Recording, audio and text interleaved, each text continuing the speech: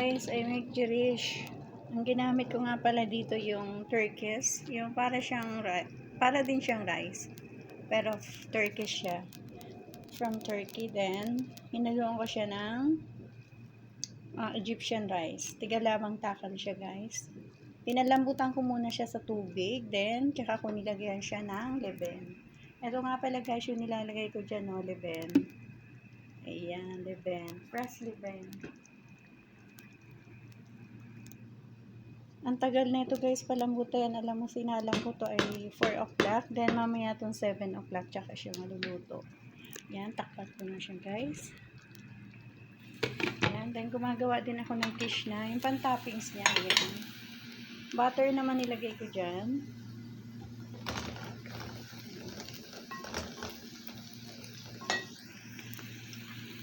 Ito yung ilalagay ko sa kanya kamun, sway maji, konting maji, yung baharat ng girish, tsaka yung ito, baharat niya. Baharat means seasoning talaga, sorry.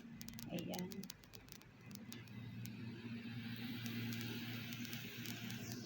Ayan, nag-brown na siya.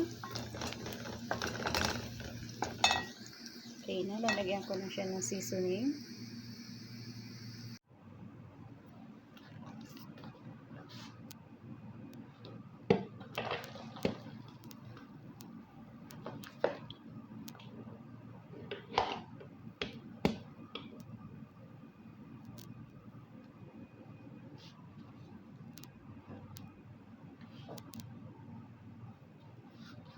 Ayan siya guys, ito na aking girish.